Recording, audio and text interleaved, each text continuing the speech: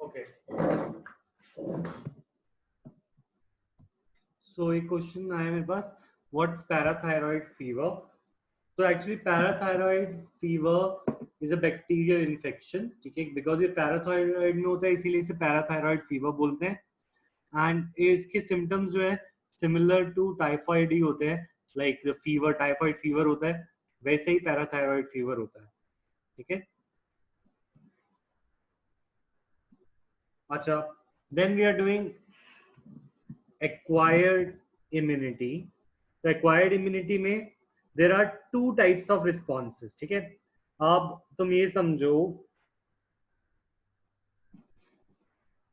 कि एक इंसान है,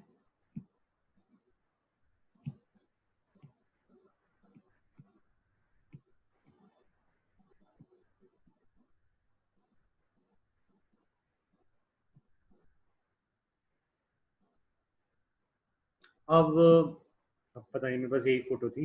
तो द थिंग इज, एक इंसान है और इसके अंदर इन्फेक्शन, हमारे पास एक एक वायरस है, या फिर जैसे चिकन पॉक्स ले लो, ठीक है, सबसे अच्छा एग्जांपल है। चिकन पॉक्स पॉक्स एक बार सबको होता ही है, राइट। तो चिकन पॉक्स का वायरस इसके अंदर एंटर करता है, ठीक है, but it is more like corona virus जो मैंने बना रखा है। कोरोना वायरस ले लो, तो चिकन पॉक्स का वायरस इसकी बॉडी में एंटर करता है। तो जब वो इसकी बॉडी में एंटर करता है, तो चिकन पॉक्स की वायरस से इसकी बॉडी स्टार्टिंग में फाइट नहीं कर पाती, but later on it start making antibodies. तो एंटीबॉडीज बननी शुरू होती हैं इसकी बॉडी में, and these antibodies start to fight this virus, ठीक है। तो जो एंटीबॉडीज हैं ये इसके ऊपर फाइट करना शुरू कर जाती हैं, ठीक है। तो होता क्या है, ये इम्यूनिटी जो इसको इस वायरस के बाद आएगी, ये इम्यूनिटी इसके पास पहले नहीं थी। This is acquired immunity. And acquired immunity में दो तरह के रिस्पॉन्सेज होते हैं। पहला रिस्पॉन्स को हम बोलते हैं primary response.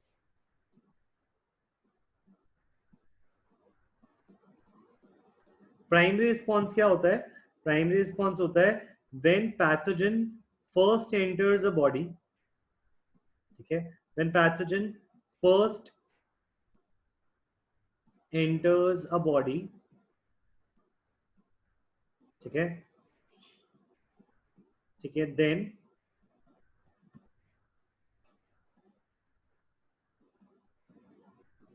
Body starts to make antibodies against it, इसके अगेंस्ट एंटीबॉडीज बनाना शुरू करती है।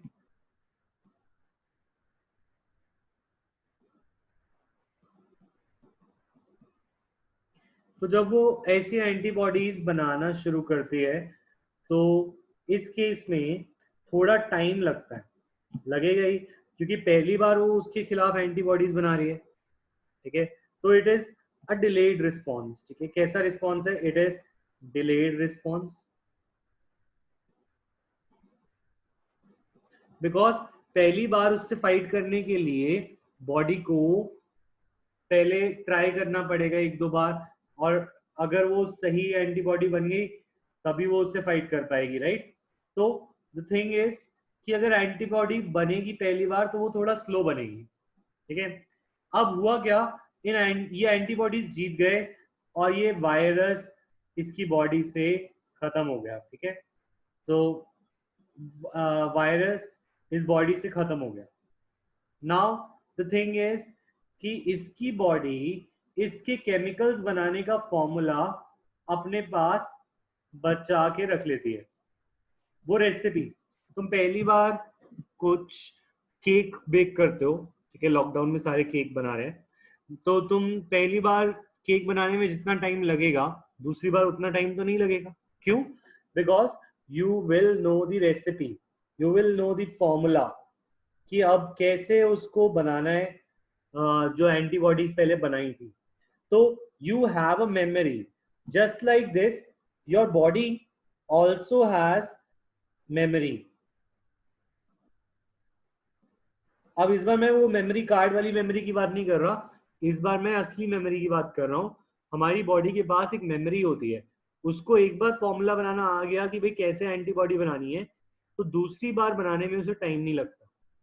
Are you getting my point?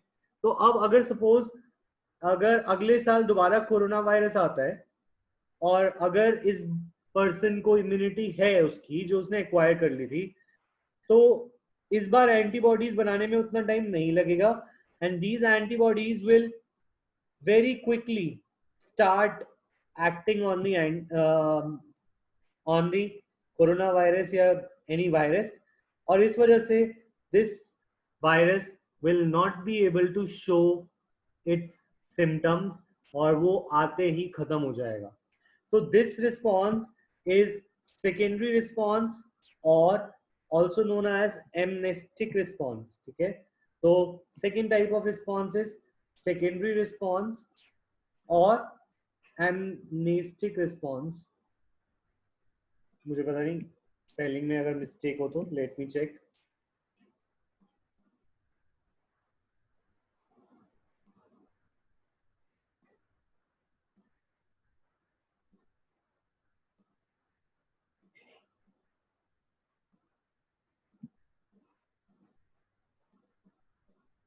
Yes,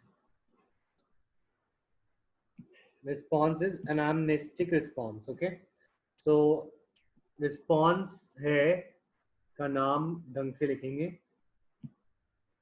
एनामनेस्टिक में वर्ड जो आ रहा है वो मेमोरी से आ रहा है।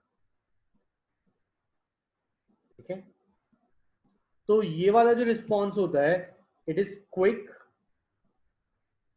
And overwhelming. ओवरवेलमिंग का मतलब है कि भाई तुम्हारे वेलकम में खड़े थे सारे लोग, और जैसे ही तुम आए तुम्हारे ऊपर झपट लिए। इसी तरीके से एंटीबॉडीज को पता था कि भाई कैसे इससे डील करना है, क्योंकि वो पहले डील कर चुकी है एक बार उससे। तो इस बार जो एंटीबॉडीज बनती है बहुत सारी बनती हैं, और एक ही बार में उससे आते ही एलिमिनेट कर देता है body. So is this concept of acquired immunity clear कि बॉडी की मेमोरी कैसे होती है और वो कैसे फाइट करती है ऐसे इन्फेक्शंस को? से यस और नो?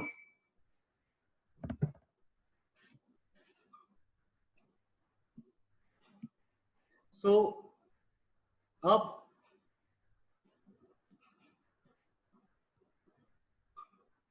तो यहाँ पे लिखा हुआ है when it encounters a pathogen for the first time it produces a primary response which is of low intensity, come intensity पे आता है। सब्सिक्वेंट मतलब next, any time next encounter होगा उसके साथ with the same pathogen एलिसिट्स means produces. ठीक है, एलिसिट्स का मतलब होता है प्रोड्यूस करना, produces a highly intensified secondary or amnestic response which is ascribed to मतलब characterized by the fact that our body appears to have memory of the first encounter. पहली encounter की यादें बॉडी के पास रह जाती हैं.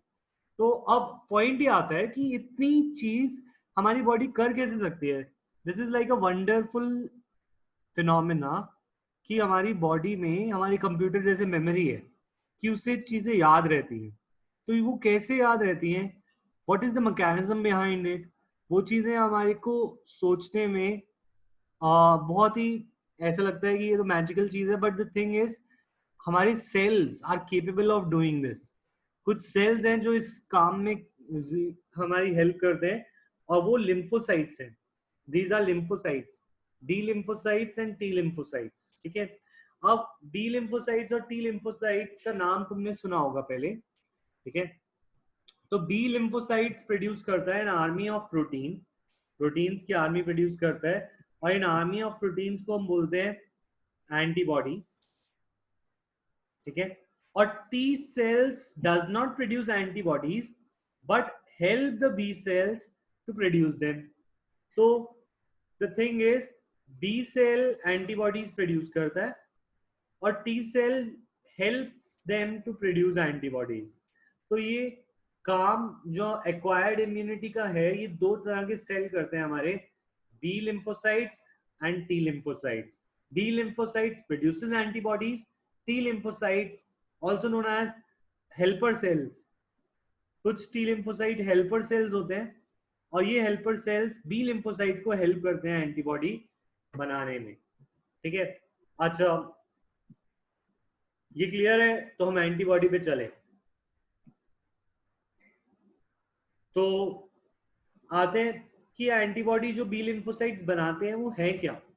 एक्चुअल में antibodies are proteins, they are peptide chains. Protein की चेन्स क्या क्या बोलते हैं, पेप्टाइड. और इनके अंदर दो हल्की चेन होती है लाइट वेट और दो हैवी चेन्स. तो हर एक एंटीबॉडी में दो लाइट और दो हैवी, इसीलिए एक एंटीबॉडी मॉलिक्यूल को हम ऐसे लिख सकते हैं H2L2, यानी दो हैवी चेन्स है, दो लाइट चेन्स है. अब ये हैवी और लाइट का मतलब क्या है. हैवी एंड लाइट का मतलब है कि ये एक प्रोटीन है, ये प्रोटीन को देखो, this protein is a bigger chain. जो चेन लंबी होगी, जो लंबी चेन होगी उसका मॉलिक्यूलर वेट ज्यादा होगा कि नहीं. तो bigger chain has more molecular weight and so it is known as heavy chain. On the other hand ये चेन स्मॉलर चेन है, smaller chain will have lower molecular weight क्योंकि proteins are ultimately they are molecules only. तो lower molecular weight होने की वजह से they will be known as light chain. तो दो तरह की चेन्स होती हैं, heavy chain and light chain. तो तुम देख सकते हो इस मॉलिक्यूल में दो हैवी चेन है और दो लाइट चेन है. ठीक है. तो ये एक टिपिकल एंटीबॉडी का स्ट्रक्चर है. अब यहाँ पे हमारे एक टर्म लिखी है antigen binding site. Antigen is any foreign agent जिसके खिलाफ हमारा ये एंटीबॉडी बना है, उसके साथ बाइंड करने वाली जगह ये है. यहाँ पर वो वायरस के साथ बाइंड करता है. वायरस के साथ अगर उसे बाइंड करना है तो it will bind at this position. So अब ऐसी एंटीबॉडीज बहुत सारी हैं और ये इनका नाम है IgA, IgM, IgE, IgG. ये हमारी ब्लड में पाई जाती हैं.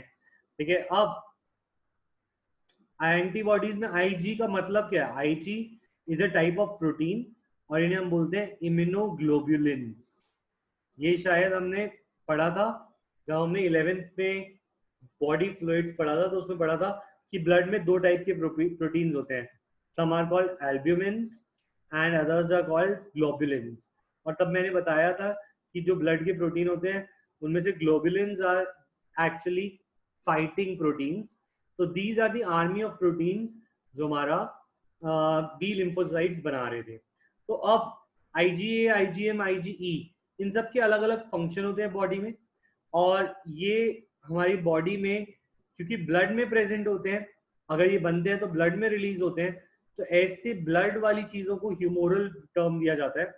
Humoral is the term for blood, तो ये रिस्पॉन्स ह्यूमोरल रिस्पॉन्स भी कहलाता है। जो एंटीबॉडी के साथ फाइट करना पड़े, दैट इज ह्यूमोरल रिस्पॉन्स।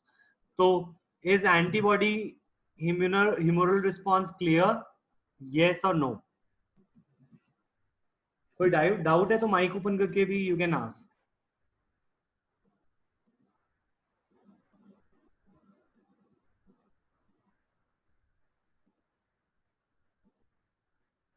अच्छा,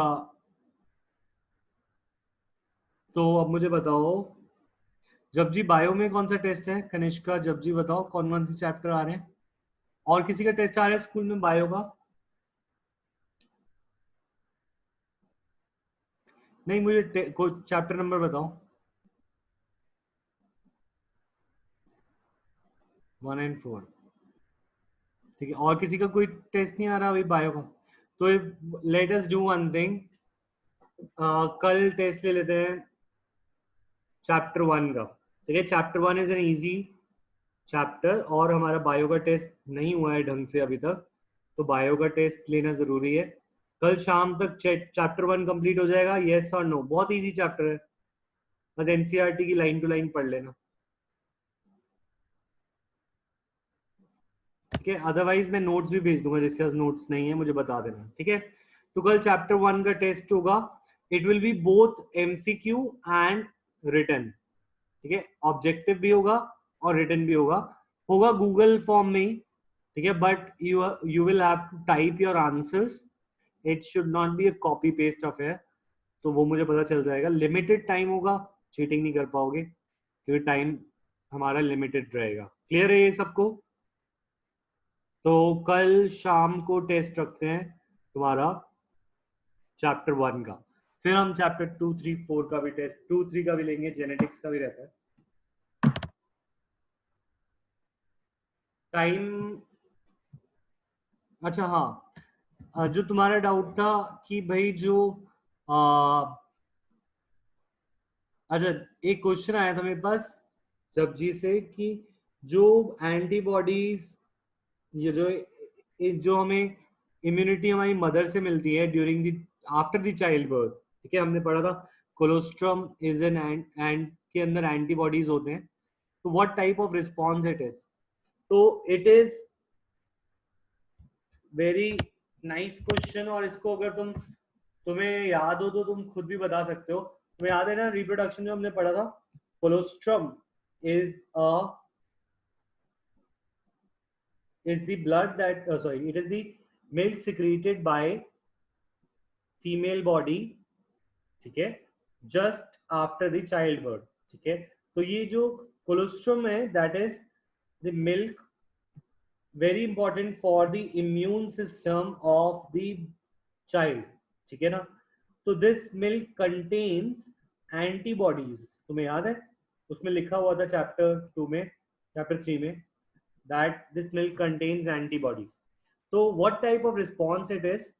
So if you observe here, हमने पढ़ा कि immunity दो टाइप की है, one is innate that comes by birth, or other one is acquired which is acquired during lifetime. अब एक पहली चीज ये सोचो कि acquired जो कोलोस्ट्रम है वो बाय बर्थ है या आफ्टर बर्थ है? टेल मी, बाय बर्थ और आफ्टर बर्थ?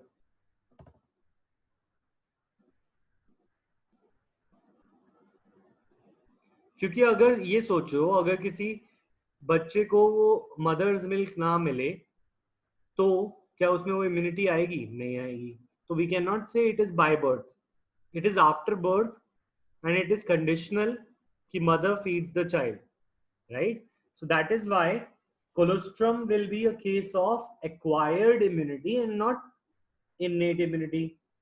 और दूसरी चीज, acquired immunity दो पार्ट्स में डिवाइडेड है, वन इज ह्यूमोरल, ह्यूमोरल होता है दैट इज एंटीबॉडी मेडिएटेड, और दूसरी होती है सेल मेडिएटेड इम्यूनिटी, जो हम नेक्स्ट क्लास में पढ़ने वाले हैं। तो अभी हमने पढ़ा antibodies are present in colostrum, तो colostrum is humoral response, humoral body यानी कि एंटीबॉडी के साथ फाइट करने वाला है, that is why it is acquired and humoral. तो is this clear? Question clear है और आंसर क्लियर है सबको? यस और नो?